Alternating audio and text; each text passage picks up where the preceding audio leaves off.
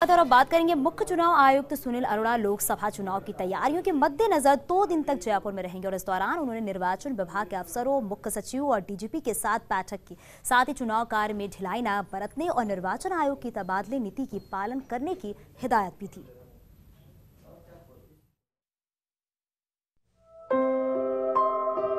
मुख्य चुनाव आयुक्त सुनील अरोड़ा ने मुख्य सचिव और डीजीपी के साथ बैठकर लोकसभा चुनाव की तैयारियों की समीक्षा की।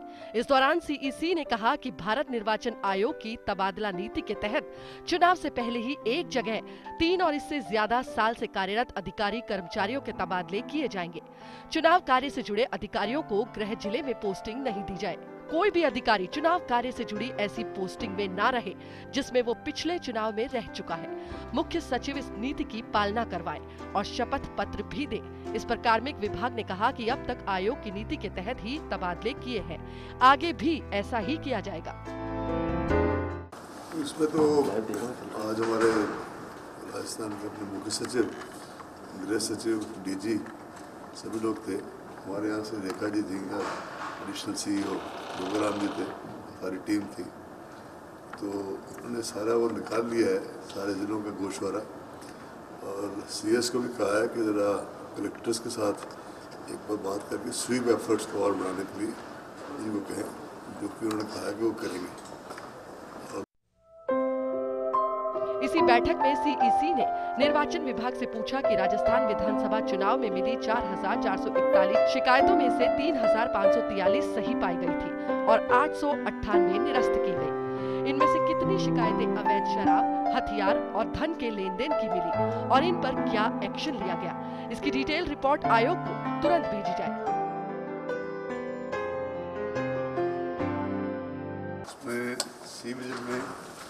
विधानसभा में इनके पास 4,441 कंप्लेंट्स आई थी सिटीजन्स की, जिसमें से 898 कंप्लेंट्स जो हैं वो ड्रॉप की और 3543 जो थी वो सही पाई गई।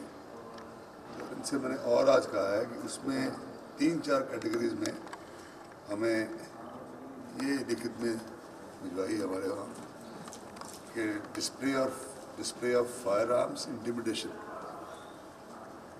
Gifts, coupon distribution, liquor distribution, money distribution और पेड न्यूज़।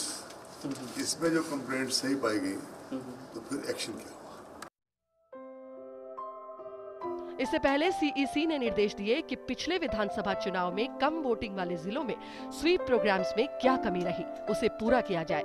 इस बार स्वीप गतिविधियां और बेहतर ढंग से चलाएं और इसकी कार्य योजना के साथ क्रियान्वयन की रिपोर्ट आयोग को भेजें। इस स्वीप कार्यक्रम में नए वोटर्स पर फोकस करें, महिला, बुजुर्ग और निःशक्त जनों का वोट प्रतिशत बढ़ाने के साथ मतदाता पंजीकरण के लिए अभियान चलाएं।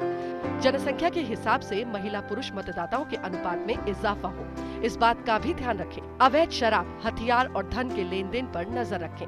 सीमावर्ती जिलों में खास सतर्कता बरतें। पड़ोसी राज्य के अधिकारियों से समन्वय कर उनसे इनपुट लें और इस आधार पर कार्रवाई की जाए। इसके अलावा सीईसी ने मुख्य सचिव से मतदान केंद्रों पर मुहैया कराई जाने वाली सुविधाओं और इनमें रही कमी कब तक पूरी कर ली जाएगी, इस बारे में रिपोर्ट मांगी।